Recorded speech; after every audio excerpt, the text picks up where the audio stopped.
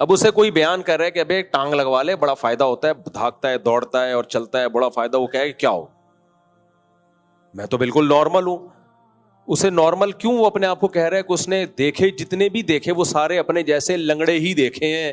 اس بیچارے کو پتہ ہی نہیں کہ کوئی 2 ٹانگوں والے بھی ہوتے ہیں, اتنی اسپیڈ سے دوڑ سکتے ہیں وہ. تو آج لوگ اتنی ٹینشنوں میں, اتنی پریشانیوں میں گھرے ہوئے ہیں کہ ان کو بھول گئے ہیں کہ ٹینشن فری زندگی بھی کوئی چیز ہوتی ہے, خوشی والی زندگی بھی کوئی چیز ہوتی ہے. یہ ان کی زندگی سے یہ نکل گئی ہے یہ چیز. اتنی پریشانیاں ہیں, وہ سمجھتے ہیں یہی نارمل لائف ہے. تبھی ہر تھوڑے دن 2 دن بعد نیند کی گولی کھا رہے ہوتے ہیں, ڈپریشن کی گولیاں کھا رہے ہوتے ہیں, سائیکیٹرسٹ سائیکولوجسٹ کے پاس جا رہے ہوتے ہیں, 20 قسم کے درجنوں مسائل پالے ہوئے ہیں. تو مجھے تو جو دنیا دار لوگ ہیں نا, ان میں بیٹھ کے اندازہ ہوتا ہے کہ بھائی ان بیچاروں کو پتہ ہی نہیں ہے کہ اصل میں ریلیکس ہونا کسے کہتے ہیں. شراب پی کے جو سکون ملتا ہے وہ سکون تھوڑی ہے بھائی, وہ تو وقتی طور پر ریلیکس ہو گئے. آپ وقتی طور پر ایک تھوڑا سا آپ کو وہ مل گیا, اس کو سکون تھوڑی کہتے ہیں. تو خیر کہاں سے کام, میں تو یہ ٹاپک نہیں تھا لیکن ہم کدھر کو نکل لیے. تو مسلمان کیا کرتا ہے, قرآن کیا کہتا ہے, ان الانسان خلق ہلوعا اذا مسہ الشر جزوعا. جو صحیح مسلمان نہیں ہے, جس کا اللہ پہ ایمان نہیں ہے, وہ کامیاب لائف گزار ہی نہیں سکتا. جب اسے غم ہوتا ہے ڈپریشن میں جاتا ہے, اور خوشی ہوتی ہے تو اترانے لگتا ہے. دیکھا ہے آپ نے ابھی بھی بہت سے لوگ جن کو خوشی ہوئی دوسروں کو نیچا دکھانا شروع کر دیتے ہیں. مشہور ہے نا کہ جب نئی دولت آتی ہے تو انسان اوقات سے باہر نکل جاتا ہے. ایک انڈین شاعرہ ہے, اس کا بڑا اچھا شعر ہے, اکثر میں سناتا رہتا ہوں کہ جو خاندانی رئیس ہیں وہ مزاج رکھتے ہیں نرم اپنا. تمہاری دولت بتا رہی ہے, تمہارا لہجہ بتا رہا ہے تمہاری دولت نہیں ہے. تمہارا اسٹائل بتا رہا ہے ابھی نیا پیسہ ہے تمہارے پاس, اپنی اوقات بھول گئے ہو. جو ہمیشہ سے دولت مند ہوتے ہیں نا, وہ ایسے نہیں ہوتے کہ وہ بہت زیادہ اپنی دولت کی نمائش کی کوشش کریں. خیر, تو اللہ تعالیٰ نے قرآن میں کیا فرمایا, انسان جلد باز ہے, جب کوئی مصیبت پہنچتی ہے تو بے صبرا ہو جاتا ہے. دیکھو غم کی یہ جو, میں بھی کچھ لوگوں کو سائیکیٹرسٹ یا سائیکولوجسٹ کے پاس جانے کا مشورہ دیتا ہوں, حالانکہ وہ دیندار ہوتے ہیں. آپ کی نا بے سکونی کی 2 وجہ ہوتی ہیں. ایک وجہ تو نیچرل ہے, وہ سب کو ہو سکتی ہے. آپ کی نیند ہی نہیں ہوئی, آپ کتنے بھی خوش مزاج ہوں, اگر نیند ہی نہیں ہو رہی تو آپ ظاہر ہے ٹینشن میں جاؤ گے. وہ تو چاہے نیک ہو برا ہو, پریشانی ہوگی اس کو. یا بعض دفعہ دماغ کا کوئی کیمیکل ہی آگے پیچھے ہو گیا, موروثی بھی ہوتا ہے یہ. تو ایسے موقع پہ تو نیند کی گولی بھی کھا سکتا ہے انسان, ڈپریشن کی دوا بھی کھا سکتا ہے. یہ کوئی بے دینی کی بات نہیں ہے, یہ اس کی علامت نہیں کہ بندہ بے دین ہے. کیونکہ ظاہر ہے دماغ بھی ایک مادی چیز ہے نا, اس میں جو کیمیکل آؤٹ ہو گئے, اوپر نیچے ہو گئے, وہ تو سیٹنگ پہ ڈاکٹر لے کر آئے گا نا. ابے کسی کا گھٹنا ٹوٹ گیا تو ڈاکٹر لا کے سیٹنگ پہ لائے گا نا. تو دماغ بھی الٹا سیدھا ہو گیا تو اس کو کون لے کر آئے گا سیٹنگ پہ؟ ڈاکٹر. وہ تو نیچرل ہے, وہ کسی کے ساتھ بھی ہو سکتا ہے. آپ مسلسل سفر کی وجہ سے تھکاوٹ ہے, آپ کی نیند نہیں ہو رہی, تو نیند کی گولی کھا لینے میں کوئی حرج نہیں ہو. تو ڈاکٹر کا ٹاپک ہے, ڈاکٹر بتائے گا. لیکن میں جنرلی ایک بات کر رہا ہوں, آج کل جو سائیکیٹرسٹ یا سائیکولوجسٹ کے پاس لوگ جا رہے ہیں نا, جن ٹینشنوں کی وجہ سے, وہ بے دینی کی وجہ سے ہیں. نیند کی گولیاں جو کھا رہے ہیں ان کا اصل علاج دین ہے. سمجھتے ہو کہ نہیں سمجھتے؟ وہ سفر کی تھکاوٹیں نہیں ہیں, وہ خامخواہ کی ڈپریشن ہے, کچھ بھی نہیں ہے پھر بھی ٹینشن میں ہے. اور اس ٹینشن کی بیس کیا ہے؟ دنیا کی محبت. غم میں یہ سوچتا نہیں ہے کہ یہ اللہ نے دیا ہے. بھائی اللہ کو مجھ پہ طاقت ہے, انا للہ و انا الیہ راجعون, ہم اللہ کے لیے اور ہم نے لوٹ کر کس کی طرف جانا ہے؟ اللہ کی طرف. جن چیزوں پہ غم ہونا چاہیے ان پہ تو ہو نہیں رہا. بھائی غم تو ہونا چاہیے گناہ پہ. آپ سے کوئی, آپ آخرت میں کیا جواب دو گے؟ دیکھو جب طلبہ کے پیپر ہوتے ہیں, انہیں سب سے بڑا غم کس بات کا ہوتا ہے؟ پیپر میں کامیاب ہو جائے. کیسے بیٹھے ہوتے ہیں نا پڑھنے والے. ہمیں یاد ہے امتحان جب آنے والے ہوتے تھے, کتنی دماغ پہ کھچاؤ ہوتا تھا کہ یار کب ہماری ان امتحانات سے جان چھوٹے گی. کتنا دماغ پہ ایک اسٹریس ہوتی ہے, کھچاؤ ہوتا ہے. تو اس سے بڑا امتحان کب آنے والا ہے؟ آخرت میں. اس کا تو کھچاؤ ہے ہی نہیں, کچھ بھی نہیں ہے, یعنی ٹینشن ہی نہیں ہے اس کی ذرا سی بھی. یہ بہت ڈینجرس چیز ہے بھائی. جو آپ میرے اور آپ کے سامنے اتنا بڑا امتحان کا دن کھڑا ہوا ہے, اس کے بارے میں کبھی سوچتے ہی نہیں ہیں. تو اللہ نے کہا کہ جو اس آخرت کا نہیں سوچے گا نا, اس کو دنیا کی ٹینشنوں میں ڈالوں گا, پھر میں 20 ٹینشنوں میں ڈالوں گا میں. اس لیے نبی نے فرمایا اپنی ٹینشن کو سمیٹ کے کہاں لے آؤ, آخرت میں. تبھی نبی صلی اللہ علیہ وسلم نے دعا بھی سکھائی. آپ نے فرمایا وَلَا تَجْعَلْ مُصِيبَتَنَا فِي دِينِنَا وَلَا تَجْعَلِ الدُّنْيَا أَكْبَرَ هَمِّنَا. اے اللہ اگر کوئی مصیبت ہمارے مقدر میں لکھی ہوئی بھی ہے تو ہمارے دین کو بچا لینا اس سے. اس مصیبت سے ہماری دنیا کا نقصان ہو جائے, دین کا نقصان نہ ہو. بعض مصیبتیں ایسی ہوتی ہیں آدمی دین سے ہی جاتا ہے, اس سے دین کا نقصان نہ ہو. اور وَلَا تَجْعَلِ الدُّنْيَا أَكْبَرَ هَمِّنَا, یہ بہت اہم دعا ہے. یہ دعا مانگا کریں, خود اس دعا سے ہی دل کی کافی اصلاح ہو جائے گی. ہمارے نبی نے جو ہمیں دعائیں سکھائی ہیں نا, وہ دعائیں مانگنے سے بھی کافی دل ٹھیک ہو جاتا ہے انسان کا. مناجات مقبولہ کے نام سے دعاؤں کی ایک کتاب ہے, انٹرنیٹ پہ بھی مل جائے گی, ڈاؤن لوڈ کر سکتے ہیں آپ, PDF فارم میں مل جائے گی. اور ویسے کتابوں کسی بھی کتاب لائبریری میں جائیں تو مل جاتی ہے وہ. اس میں کیا کیا ہے حضرت مولانا اشرف علی تھانوی رحمہ اللہ تعالیٰ نے, قرآن و حدیث میں جتنی دعائیں ہیں نا ان کو ایک چھوٹے سے کتابچے میں جمع کر دیا ہے. اب وہ تو بہت زیادہ ہو گئی ہیں, کیسے مانگے انسان روزانہ اتنی دعائیں, تو ان کو 7 حصوں میں ڈیوائڈ کر دیا ہے. سمجھ رہے ہو کہ نہیں سمجھ رہے؟ 7 حصوں میں ڈیوائڈ کر دیا ہے.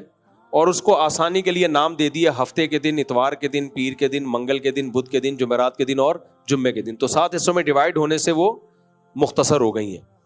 تو اس سے فائدہ یہ ہوتا ہے کہ اگر آپ وہ خرید لیں یا ڈاؤن لوڈ کر لیں تو اس میں روزانہ آپ وہ دعائیں مانگیں, ان کا ترجمے والی بھی مل جاتی ہے وہ. تو آپ جب وہ دعائیں مانگیں گے نا آپ کو, تو دعا سے ہی آپ کو لگے گا کہ میرا دل ٹھیک ہو رہا ہے.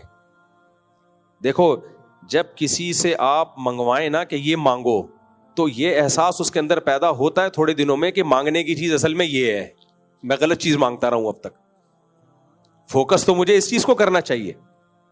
آپ نے اپنے بچے کے ذمہ لگا دیا کہ بیٹا, یا لوگوں نے اس کو موٹیویٹ کیا کہ امریکہ کا ویزا مانگو, وہ مانگتا رہے گا, ایک دن اس کے دل میں یہ چیز بیٹھ جائے گی کہ دنیا میں کامیاب وہی ہے جس کو امریکہ کا ویزا مل جائے, باقی سارے کیا ہیں, وہ پکوڑے بیچ رہے ہیں, باقی سارے بے وقوف ہیں. بیٹھے گا کہ نہیں ٹرینڈ چلتا ہے نا کسی چیز کا, ہر ایک کو ایک چیز پہ لگا دیا آپ نے, تو اس سے کیا ہوگا, ان کے دل میں اس چیز کی اہمیت بیٹھ جائے گی. ہمارے ایک جاننے والے مجھے ایئرپورٹ پہ ملے, پٹھان لڑکا تھا سوات کا, پتہ نہیں 8-10 سال کو کئی ڈنکی لگا کے گیا ہوگا یورپ, 8-10 سال گھوم پہ گھاس کھا کے واپس آ گیا نا. تو مجھے دبئی کے یا قطر کے, ابھی مجھے یاد نہیں, ایئرپورٹ پہ ملا, کنیکٹڈ فلائٹ تھی. میں نے کہا کیا ہوا کیسے, کہتا ہے یار میں پتہ نہیں کہاں گیا ہوں, اٹلی گیا ہوں, UK گیا ہوں, ڈنکی لگا کے گیا تھا, اللہ نے بچا لیا. 8 سال کہہ رہے جھک مار کے واپس آ رہا ہوں, میری توبہ جو میں کبھی دوبارہ جاؤں. تو میں نے کہا گئے کیوں تھے, کہہ رہے گئے اس لیے کہ ایک دماغ میں نا نوجوانوں کے بیٹھا ہوا ہے, جو اٹلی چلا گیا, جو یورپ چلا گیا, جو یونان چلا گیا, جو UK چلا گیا, وہ بس جنت کے باغوں میں ٹہل رہا ہے. تو دماغ میں نا ایک, بھائی کسی نوجوان سے بھی پوچھے نا, وہ بتا رہا ہو کہ میں یورپ جا رہا ہوں, دوسرے کے دل میں ایک کھلبلی سے, ابے تو یورپ جا رہا ہے, ہم ادھر ہی انڈا موڑ پہ بیٹھے ہوئے ہیں یار. ایک عجیب سا دماغ میں نا بنا لیا ہے. بھائی اگر کچھ بھی نہیں آتا تو جاپان بھی چلا جا, امریکہ چلا جا, وہاں بھی رگڑے ہی لگیں گے تیرے. دنیا میں ہر جگہ قدر ہوتی ہے, آپ کو آتا کیا ہے, کرے گا کیا. آپ نوجوان سے پوچھیں وہاں جا کے کرے گا کیا. میرے پاس لوگ آتے ہیں, مصعب آپ کے اتنے تعلقات ہو گئے, آپ مجھے امریکہ بھجوا دیں. میں کہتا ہوں وہ تو ایسے تعلقات میں نہیں استعمال کرتا کہ کس کو یہاں بھیج دو اس کو وہاں بھیج دو, لیکن بائی دا وے امریکہ جا کے آپ کیا کرو گے. کہتے ہیں امریکہ, مفتی صاحب امریکہ تو امریکہ ہے. ابے امریکہ تو امریکہ ہے, جنت الفردوس تھوڑی ہے کہ بٹن دبائے گا تیرے اوپر خربوزے آئیں گے, بٹن دبائے گا حوریں آئیں گی. وہاں زکات تھوڑی بٹ رہی ہے. تو کرے گا کیا, کرے گا کیا, وہاں جا کے سوچیں گے کیا کرنا ہے. اور میں نے کہا جتنے دن سوچنے میں لگیں گے, کھائے گا کہاں سے تو, کھلائے گا کون تجھے وہاں پہ. وہاں تو یہاں تو پھر بھی لوگ کچھ زکات وکات جو ہے نا لنگر لگے ہوئے ہیں یہاں پہ, الحمدللہ بالکل یہ اپاہج کر دی ہے قوم کو نا, لنگر لگے ہوئے ہیں یہاں پہ. وہاں یہ لنگر ونگر آپ کو نہیں ملیں گے. تو ہاں انہوں نے پھر واقعات ہوتے ہیں, وہ فلاں گیا تھا تو دیکھو وہ کہیں نہ کہیں لگ گیا. بھائی 100 میں 2-4 لگ جاتے ہیں, تکے لگ جاتے ہیں, ورنہ دنیا میں اس سے بڑا بے وقوف کوئی نہیں ہے. آتا واتا کچھ بھی نہیں ہے, اور چلا جائے کہ وہاں جا کے سوچیں گے. تو کیوں سوچو گے وہاں جا کے بھائی؟ پہلے تو آپ یہاں سے کوئی لنک بناؤ, کوئی دیکھو کوئی آپ کو جاب مل رہی ہے, اور پھر وہ بندہ بھی ایماندار ہے. تو وہ مجھے وہ یاد آئے, سوات کا بندہ گھوم گھام کے 8-10 سال لگا کے واپس آیا اور کان پکڑ کے کہتا ہے میری توبہ جو میں نے زندگی یہاں پہ برباد کی ہے. تو میں نے کہا گئے کیوں تھے؟ تو گئے اس لیے تھے کہ ایک ٹرینڈ چل رہا تھا کہ جو باہر جاتا ہے وہ کیا ہوتا ہے؟ کامیاب. تو اس سے ہمیں پتہ چلتا ہے بھائی جس چیز کا ٹرینڈ چلتا ہے, جو چیز زبانوں پہ ہوتی ہے, جو چیز سنی جاتی ہے, صحیح ہو یا غلط ہو, بہرحال اس کی اہمیت دل کے اندر بیٹھتی ہے. تو مناجات مقبولہ میں جو دعائیں ہیں جب آپ پڑھیں گے نا بار بار اللہ سے وہ چیزیں مانگیں گے تو آپ کے حق میں وہ ٹرینڈ چل پڑا ہے. آپ کو پتہ چل جائے گا بھائی مانگنے کی چیز تو یہ تھی, میں کیا مانگتا رہا ہوں آج تک. اصل تو اس چیز کو فوکس کرنا چاہیے. تو اس میں ایک دعا ہے, لا تجعل الدنیا اکبر ہمنا.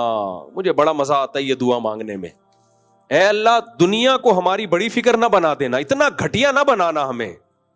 میں تو ایک چیز دنیا کے بارے میں سوچتا ہوں, حضرت عمر نے لکھا تھا نا انگوٹھی پہ, کفا بالموتی واعظن, موت نصیحت کے لیے کافی ہے. حقیقت ہے موت نصیحت کے لیے کافی ہے. ہم سب آج سے 50 سال کے بعد یہ بیان ہوگا یہاں پہ, 50 سال کے بعد نہ میں ہوں گا نہ آپ, ہم سب لیٹے. اور اگر میں ہوا بھی نا تو آپ کہوں گے کاش نہ ہوتے تو زیادہ اچھا تھا. بات کرتے ہیں کھانستے زیادہ ہیں, گھنٹہ ہو گیا یہاں بیٹھے ہوئے, 2 گھنٹے بعد بابا جی یہاں پہنچے ہیں بیان میں, اور کھانس زیادہ رہے ہیں اور بیان کم کر رہے ہیں, اور 4 شادیوں کی تو بات ہی نہیں کر رہے. پتہ نہیں کیا ہو گیا.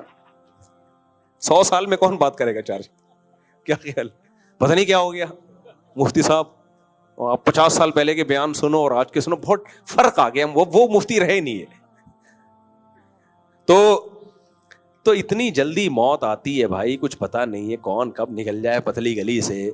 تو یہ چیزیں سوچتے رہنا چاہیے تاکہ یہ دنیا کو ہم عذاب بنا کے اپنے اوپر مسلط نہ کریں. اور یہ جو کامیاب لوگوں کی ویڈیوز ہیں نا, اتنی دولت کما لی اور یہ کر لیا, ان سے کبھی متاثر ہونے کی ضرورت نہیں ہے. یہ قارون ہے جو خزانے لے کے گھومتا تھا, دنیا کو دکھاتا تھا, تو لوگوں نے کہا واہ اتنی دولت اتنی دولت. تو اہل علم نے کیا کہا؟ قرآن کہتا ہے وَيْلَكُمْ, تباہ ہو جاؤ بھائی, اس پہ کیا مر رہے ہو, سب چھن جانے والی چیز ہے. تو نیک عمل کرو, اس کو فوکس کرو زیادہ. پھر دولت آ جائے تو نعمت ہے, اچھی بات ہے, نہیں آئے کوئی بات نہیں, انجوائے. غربت کو کیا, میرے پاس جب لوگ آتے ہیں ٹینشن دور کرنے کے لیے, تو مجھے لگتا ہے مجھے جوتا نہ مار دے پکڑ کے. مجھے لگتا ہے کہ میں اس کو بتا رہا ہوتا ہوں نا, وہ سمجھتا ہے کہ جب یہ پریشان ہو گیا تو میں اس کو نسخہ بتاؤں گا پریشانی دور کرنے کا, میں اس کو طریقہ بتاؤں گا, یعنی اس کے جو چیز یہ چاہتا ہے اس کو مل جائے یہ بتاؤں گا میں اس کو. جیسے پیسے نہیں ہیں تو وہ اس کا خیال ہے مفتی صاحب ایک بزنس بتائیں گے جس سے نوٹ چھاپنے کی مشین بن جائے گا یہ, تو اس سے میری ٹینشن کیا ہو جائے گی پھر دور. رشتہ نہیں ہو رہا, عشق ہو گیا ہے, شادی نہیں ہو رہی, تو میں اس کو طریقہ بتاؤں گا اس طریقے سے ہو جائے گی. تو میں کوئی طریقہ نہیں بتاتا, میں اسے یہ بتاتا ہوں کہ نہیں ہو رہی, انجوائے کرو. ٹھیک, کیا کرو, ٹینشن میں پیسے نہیں ہیں تو وہ آتا ہے اس امید پر کہ مفتی صاحب کے اتنے تجربے ہیں, تاجروں کے نمبر دیں گے اور یہ کریں گے اور وہ کریں گے, تو میں اس کو غربت میں انجوائے کرنے کے مشورے دینا شروع کر دیتا ہوں. تو بعض تو نیک ہوتے ہیں, سمجھ جاتے ہیں کہ یار خوش ہو کے جاتے ہیں, مفتی صاحب آپ نے ٹینشن کیا کر دی دور. تو ایسے نسخے بتاتا ہوں نا, آپ نہ کوئی مجھ پہ کوئی چڑھ دوڑو. تو وہ کہتے ہیں مفتی صاحب جب بے روزگار ہیں, مسئلہ بچوں کی فیسیں نہیں جا رہی, میں کہتا ہوں اسکول سے نکال لو, ٹینشن ختم. کیا کہہ رہے ہو مفتی صاحب, اسکول سے نکال لیں پھر کیا ہوگا؟ ٹماٹر بیچیں گے. اور کیا ہوگا؟ کیا کہہ رہے ہو مفتی صاحب, ٹماٹر بیچیں گے؟ کیا ہو گیا بھائی, یہ ٹماٹر جو بیچتے ہیں یہ ٹماٹر گرنیڈ بیچ رہے ہیں یا کیا بیچ رہے ہیں, ٹماٹر ہی تو ہیں. تو وہ میں ایکسٹریم پہ لے جاتا ہوں اس کو نا, پھر کیا ہوگا, پھر کیا ہوگا, پھر کیا ہوگا, پھر کیا ہوگا. تو پھر میں اس کو ایک لطیفہ سناتا ہوں, آخر میں اینڈ ہوتا ہے وہ لطیفہ. میں کہتا ہوں بھائی تیرے دل میں دنیا کی محبت ہے, تو اگر سونے کے ڈلیاں بھی بیچے گا نا تو سکون میں.